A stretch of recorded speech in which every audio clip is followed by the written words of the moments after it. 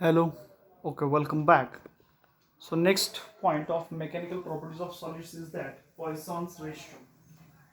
So next point आपण इथं जो डिस्कस करणार आहे तो काय आहे बघा Poisson's ratio. Poisson's ratio.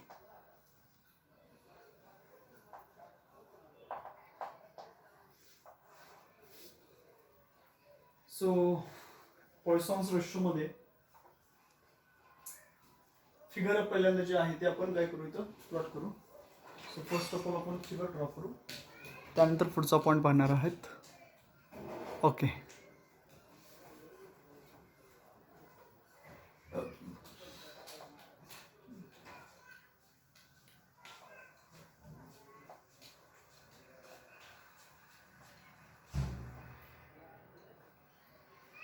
Original length of that wire ही काय असणार आहे त्याच्यामध्ये असणारी ओरिजिनल लेंथ असेल कुणाची त्या असणाऱ्या वायरची. So original length of the wire that is L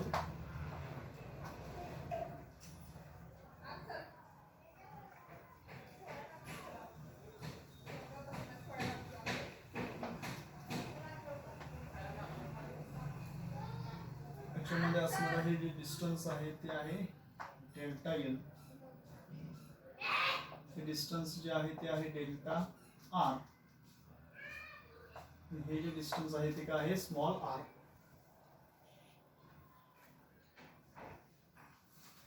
त्याची आणखीन एक डायग्राम आहे.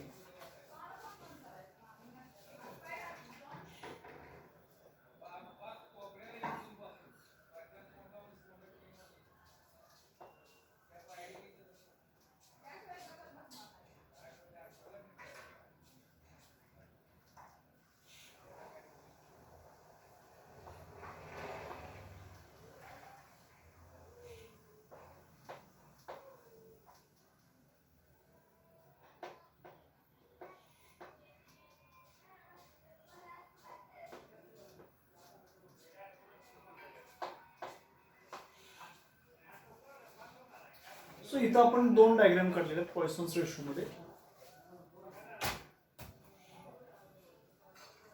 When a wire is suspended vertically and load is applied to its one end, then elongation of the wire takes place. जेव्हा आपण एखादी wire समजा एका rigid सपोर्टला fix केली असेल आणि तिथून जर समजा फिक्स केलेली वायर आपण व्हर्टिकली सस्पेंडेड केलेली आहे लोंबकळते आणि त्याला आपण समजा काय केलं एक लोड अप्लाय केला. So due to this load the wire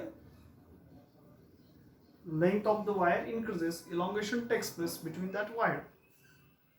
So whenever elongation takes place, its length will be increased. जेव्हा elongation होईल तेव्हा त्याची असणारी लांबी आहे ती लांबी काय होत जाणार आहे इनक्रीज होत जाणार आहे. Length also increases. So whenever the length increases, therefore its size decreases, radius decreases and its length increases. जेव्हा त्याच्यामध्ये आपण त्याला लोड अप्लाय करतो तेव्हा त्याची लांबी वाढत जाणार आहे, लेंथ इन्क्रीज होत जाणार आहे आणि त्याच्या असणारा जो डायमीटर आहे किंवा त्याचा असणारा जो रेडियस आहे तो काय होत जाईल कमी कमी होत जाणार आहे.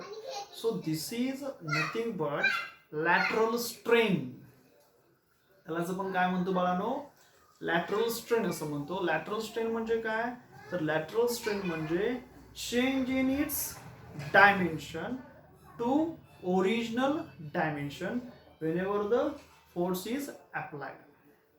जेव्हा आपण त्याच्यावरती फोर्स अप्लाय करतो तेव्हा त्याच्यामध्ये होणारा change in dimension per unit its original dimension त्यालाच आपण काय म्हणतो लॅटरल स्ट्रेन असं समजतो. सो या ठिकाणी होणारा जे लॉन्जिट्युडिनल स्ट्रेन आहे आणि लॅटरल स्ट्रेन आहे म्हणजे ह्याचा अर्थ त्याची लांबी वाढत जाते मात्र त्याची असणारी जी रेडियस आहे डायमीटर जो आहे तो काय होत जातो डिक्रीज होत जातो. सो हा जो असणाराच आपला काय आहे पॉइसॉन्स रेशो. त्याच्यामध्ये आपण दोन फिगर काय केल्या प्लॉट केल्या.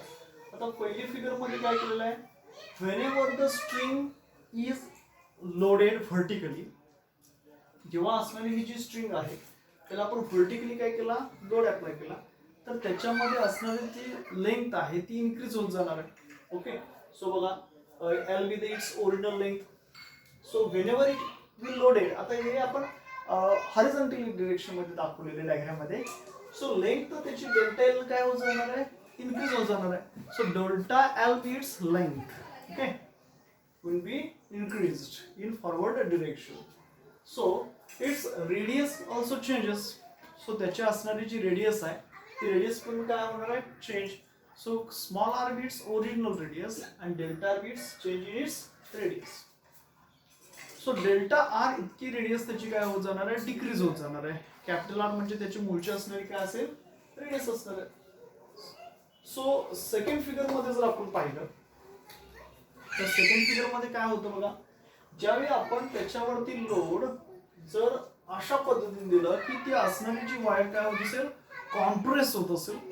जर सगळ्या बाजूने ती वायर जर कॉम्प्रेस झाली तर याची असणारी जी लेंथ आहे ती लेंथ काय होईल, डिक्रीज होईल. म्हणजे हा इथं असेल आणि इथून तो किती गेला, डेल्टा इथं चेंज झाला. सो दोन्ही रिजन मध्ये लेंथ वाढली, डेल्टा एल मध्ये चेंज झाला. याच्यामध्ये लेंथ कमी झाली, also again change in it's delta L. म्हणजे सुरुवातीला इलॉंगेशन झालेलं आहे आणि दुसऱ्या डायग्राम मध्ये ते कॉम्प्रेस झालं, म्हणजे त्याची लेंथ काय झाली, कमी झाली. सो दोन्हीही याच्यामध्ये काय झालं, लेंथ चेंज झालेली आहे. So this is due to its applied forces. सो दोन्ही बाबतीमध्ये आपण काय म्हणू शकतो, लॅटरल स्ट्रेन टेक्स प्लेस. म्हणजे याचा अर्थ जेव्हा आपण त्याच्यामध्ये व्हर्टिकली सस्पेंडेड केल्यानंतर इच टाइम इच स्टेप आपण त्याला लोड अप्लाय केला, त्याच्यामध्ये लेंथ इन्क्रीज झाली. त्याची लेंथ इन्क्रीज झाली म्हणजे त्याच्यामध्ये काय झालं, त्याची लांबी वाढली, त्याचा रेडियस आणि डायमीटर डिक्रीज झाला, लॅटरल स्ट्रेन झालं.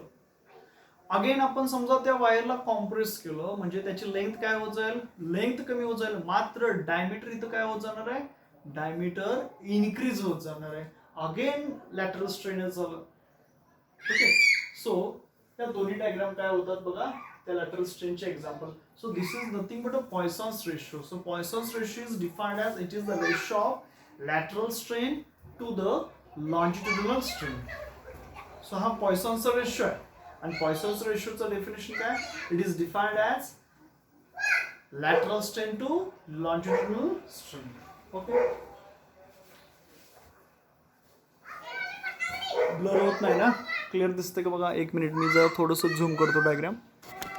ओके, ब्लर होत नाही, व्यवस्थित दिसतंय.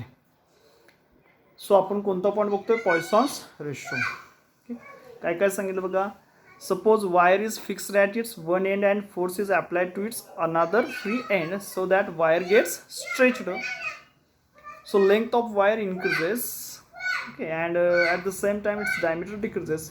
So wire becomes longer and thinner as shown in figure. ज्याच्यामध्ये पहिली फिगर आपण दाखवलेली आहे, ज्यावेळी वायरला आपण स्ट्रेच करतो त्याची लेंथ इन्क्रीज होते, डायमीटर काय होत जाते, डिक्रीज होतं.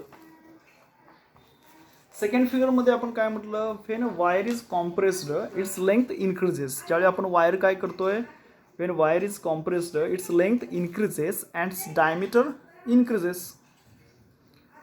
दुसऱ्या याच्यामध्ये wire is compress its length decreases, okay, and diameter increases. Okay, म्हणजेच काय तर equal and amount opposite forces are applied to an object along its length inward, object gets compressed. So there is decrease in its dimension along its length and at the same time there is an increase in its dimensions perpendicular to the length. So when length of the wire decreases, its diameter also increases. So ratio of change in dimension.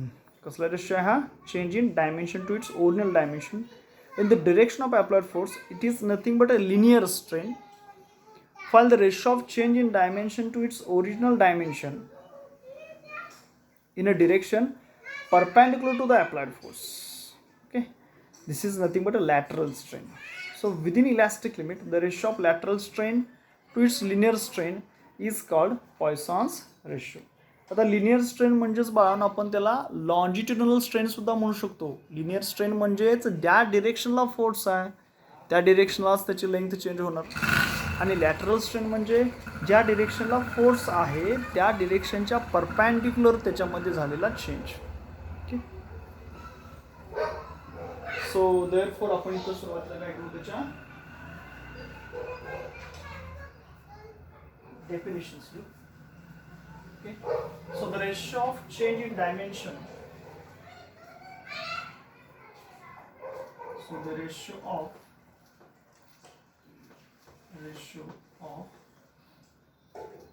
change in dimension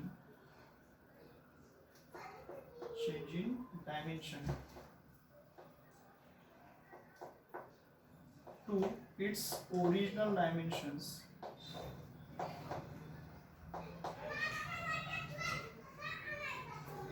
ratio of change in dimension to its original dimension.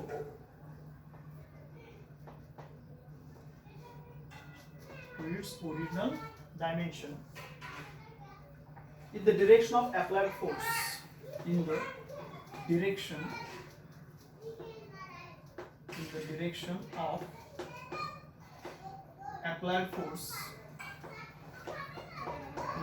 of applied force. कोणत्या डिरेक्शनला? ज्या डिरेक्शनला force आहे त्याच डिरेक्शनला जर आपण काय केलं त्याच्यामध्ये change होत असेल, it is nothing but a longitudinal strain, किंवा त्याला आपण काय म्हणतो इज कॉल्ड लिनियर स्ट्रेन. त्याला आपण काय म्हणू शकतो? Linear strain. समजा फॉर एक्झाम्पल ही वायर आहे आणि या बाजूला जर समजा तुम्ही काय काय अप्लाय केला, लोड अप्लाय केला, तर याची लेंथ काय होत जाणार आहे? वाढत जाणार आहे.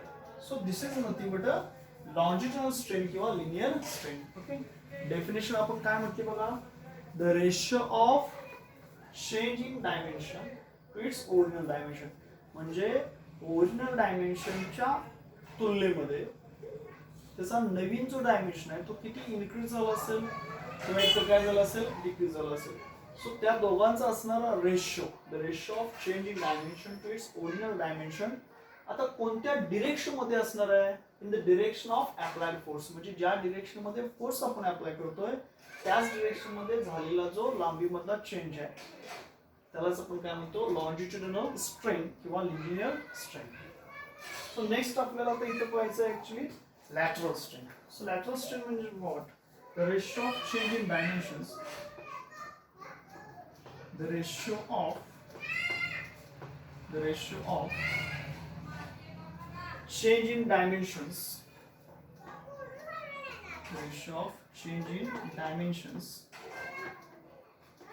The ratio of change in dimensions to its original dimensions. The ratio of change in dimensions to its original dimensions in a direction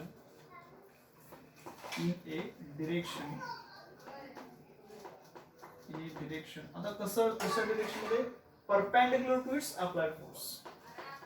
in a direction perpendicular to its applied force. म्हणजे ज्या direction मध्ये force apply केलाय त्या डिरेक्शनला perpendicular. म्हणजे कसं? So ratio of change in dimension to its original dimension in direction perpendicular to its applied force. समजा applied force असा downward direction मध्ये आहे. बघा आता तुम्हाला डायग्राम दाखवतो. समजा ही एक वायर, आता मी वायर एवढी जाड काढली तुमच्या लक्ष देण्यासाठी.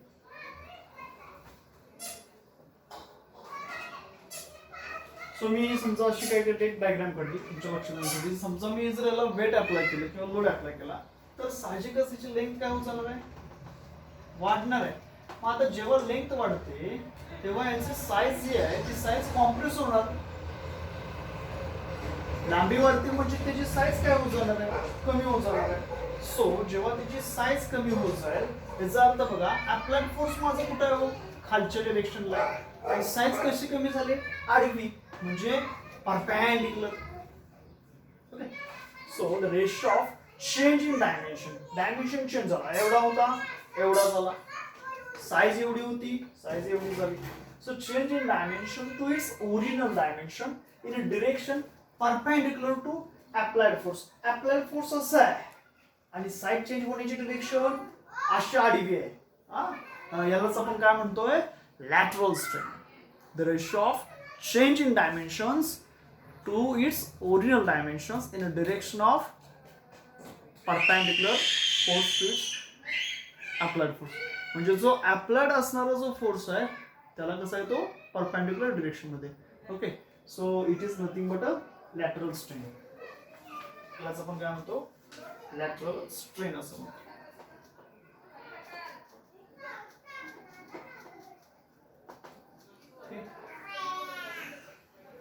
So within elastic limit, the ratio of lateral strain to linear strain is called Poisson's ratio.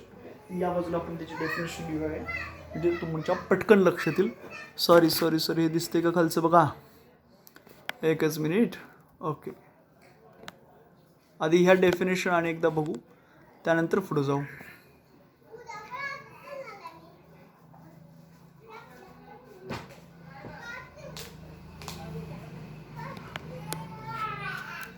Okay, पॉइसन्स ratio diagram बघा.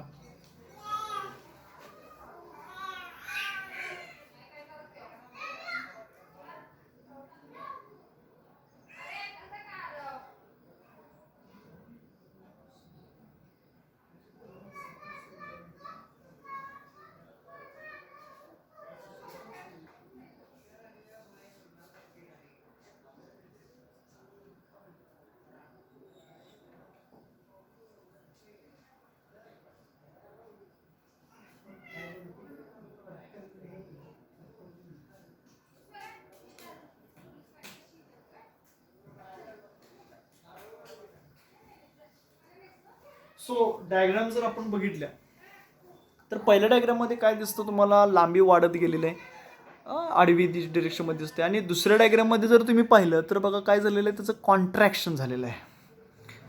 So the ratio of change in dimension to its original dimension in the direction of applied force is called linear strain आपण त्याला म्हणतो.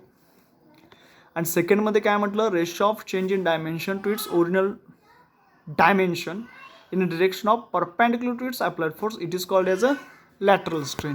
Okay, so next आता आपण पुढे काय बघणार बघा, Poisson's ratio. सो ते काय म्हणणार आहे, सो लक्ष द्या.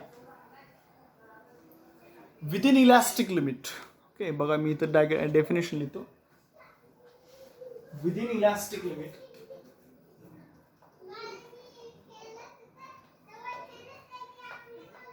within elastic limit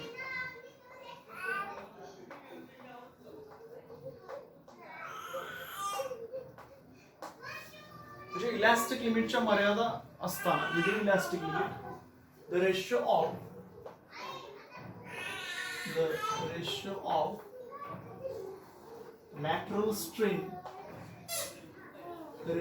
lateral strain to linear strain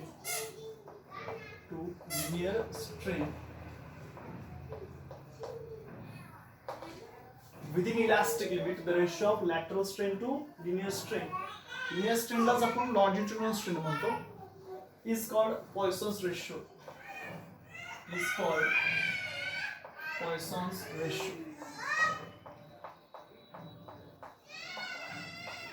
यालाच आपण काय म्हणतो, Poisson's ratio असं म्हणतो. Within elastic limit, the ratio of lateral strain to linear strain is called Poisson's ratio. So therefore, Poisson's ratio is equal to. So Poisson's ratio.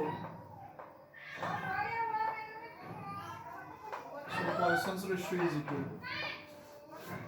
काय आहे बघा Poisson's ratio म्हणजे? So Poisson's ratio is equal to lateral strain upon linear strain.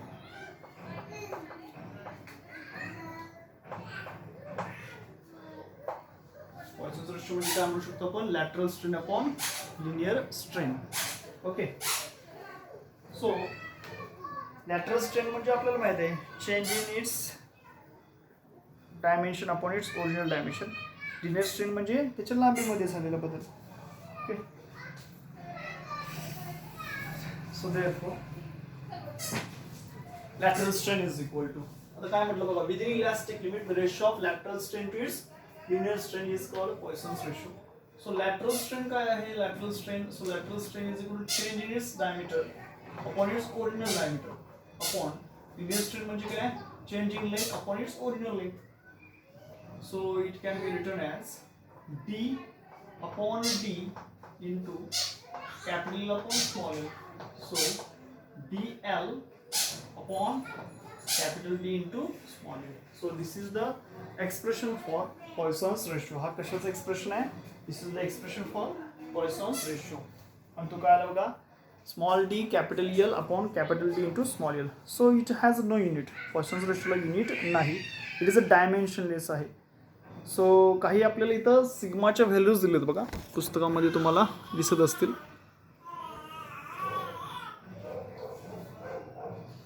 आता glass असेल, glass कसली ग्लासचे पण प्रकार आहेत.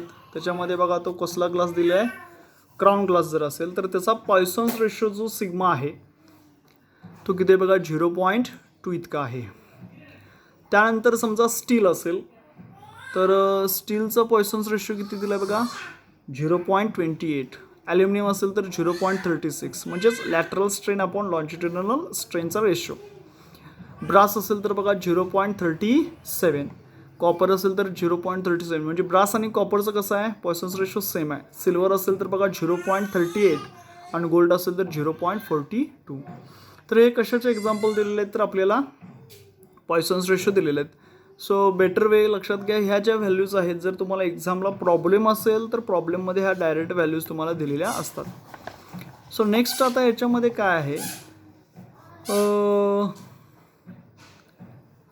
आता मोस्ट जे काय कॉमनली मेटल्स यूज केले जातात त्याच्यामध्ये असणारी जी सिग्माची व्हॅल्यू आहे हे आपल्याला माहिती असावं की ती व्हॅल्यू 0.25 अँड 0.35च्या मध्ये असते. आता हे बघा, ग्लास असेल तर 0.2 आहे, स्टील 0.28 म्हणजे जास्त. आता ॲल्युमिनियमचे बघा 0.35 पेक्षा जास्त आहे. सो काय म्हटलेलं आहे, for most of the commonly used metals the value of sigma is between 0.25 and 0.35. So many times we assume that volume is constant, okay, while stretching a wire. So in reality volume also increases. So using approximations it can be shown that sigma is equal to बघा 0.5 असं आपण इथपर्यंत दाखवू शकतो. समजा if volume is unchanged in practice it much less. So this shows that volume also increases while stretching. काय म्हटलं बघा, इफ व्हॉल्यूम इज अनचेंज्ड म्हणजे व्हॉल्यूम जर समजा कसं असेल बदलत नसेल in practice it is much less. So this shows that volume also increases while stretching. Okay, so हा आपला काय झाला पॉयसॉन्स रेशो. ओके, मी अनेकदा सांगतो पॉयसॉन्स रेशो काय काय बघितलं, त्यानंतर आपण काय करू पुढं जाऊ. नेक्स्ट पॉईंटला बघू. सो पॉयसॉन्स रेशोमध्ये आपण काय म्हटलं, suppose a wire is fixed at one end and force is applied at its free end so that wire gets stretched. So length of the wire also increases at the same time its diameter decreases. So wire becomes longer and thinner as shown in figure. म्हणजे पहिली जी आपण figure बघितलेली आहे ती. If equal and opposite forces are applied on an object along its length inverse, the object gets compressed. So there is a decrease in its dimensions along its length and same time there is an increase in its dimension perpendicular to its length. When length of the wire decreases, diameter also increases. Okay, so Poisson's ratio अनेकदा आपण याच्यामध्ये पाहू.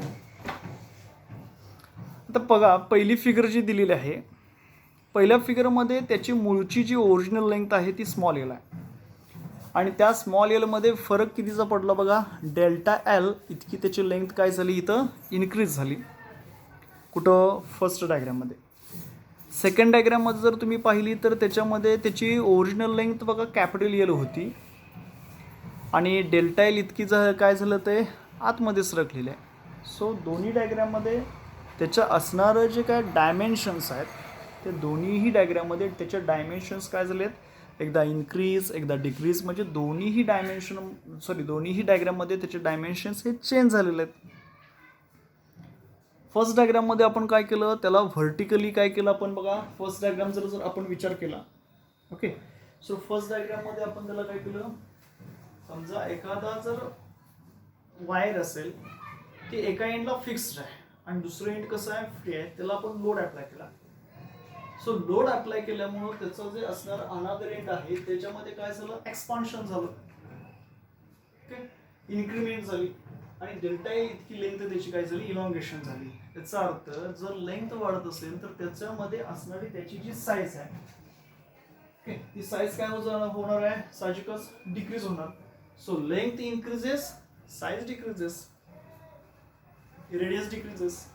म्हणजे याचा अर्थच त्याच्यामध्ये काय झालं, काहीतरी स्ट्रेन झालं आणि त्याला आपण म्हणतोय काय, लॅटरल स्ट्रेन. जर सरळ झालं असेल तर त्याला आपण म्हणतो linear strain with length. Second diagram जर तुम्ही बघितली तर याच्यामध्ये आपण याला काय केलं, समजा wire is compressed at all sides. समजा सेकंड याच्यामध्ये जर आपण वायर काय करतोय, कॉम्प्रेस करतो सर्व बाजूने. सो त्याची जी लेंथ आहे ती लेंथ काय होत जाणार आहे, सेकंड डायग्राम मध्ये डिक्रीज होत जाणार आहे. सो त्याच्यामध्ये डेल्टा इतकी काय होणार बाळांनो, त्याची लेंथ डिक्रीज होणार. याचा अर्थ याच्यामध्ये पण काहीतरी स्ट्रेन झालं. So change in dimension to its original dimension, okay, strain झालं. सो याच्यामध्ये फरक काय, जर दोन डायमेन्शन डेफिनेशन जर आपण पाहिलं तर लक्षात येईल. The ratio of change in dimension to its original dimension in the direction of applied force. Applied फोर्सच्या डिरेक्शन मध्ये चेंज इन डायमेन्शन झालं तर त्याला आपण म्हणतो लिनियर स्ट्रेन असं म्हणतो. सेकंड मध्ये काय म्हटलं, the ratio of change in dimension to its original dimension in a direction perpendicular to its applied force, then it is called as a lateral strain. तेव्हा आपण याला काय म्हणणार आहोत, लॅटरल स्ट्रेन. काय बघा आता हे समजा असं आहे, याची साईज कमी झाली. सो डायमेन्शन म्हणजे त्याचं डायमीटर किंवा रेडियस कमी झाली. सो आपण काय घेतलं, स्मॉल डी आपण capital D. Change in dimension आपण ओरिजिनल डायमेन्शन म्हणजे लॅटरल स्ट्रेन म्हटलं. ओके, सो ह्या दोन डेफिनेशन. काय काय बघितलं बघा डेफिनेशन. फर्स्ट डेफिनेशन काय म्हटली, the ratio of change in dimension to its original dimension in the direction of its applied force is called a linear strain. Second काय म्हटलं, the ratio of change in dimensions to its original in a direction perpendicular to its applied force, it is called as its lateral strain. So आता याच्यामध्ये आपल्याला काय पाहायचं होतं, actually पॉयसॉन्स ratio. So पॉयसॉन्स ratio जसं Hooke's law आहे. Hooke's law काय आहे, Hooke's law, within elastic limit stress is directly proportional to strain. Poisson's ratio काय आहे बघा, within elastic limit stress is directly proportional to strain. तसं इथं सॉरी हुक्स लॉ होता, तसं इथं Poisson's ratio काय आहे, within elastic limit the ratio of lateral strain to its linear strain, it is called Poisson's ratio.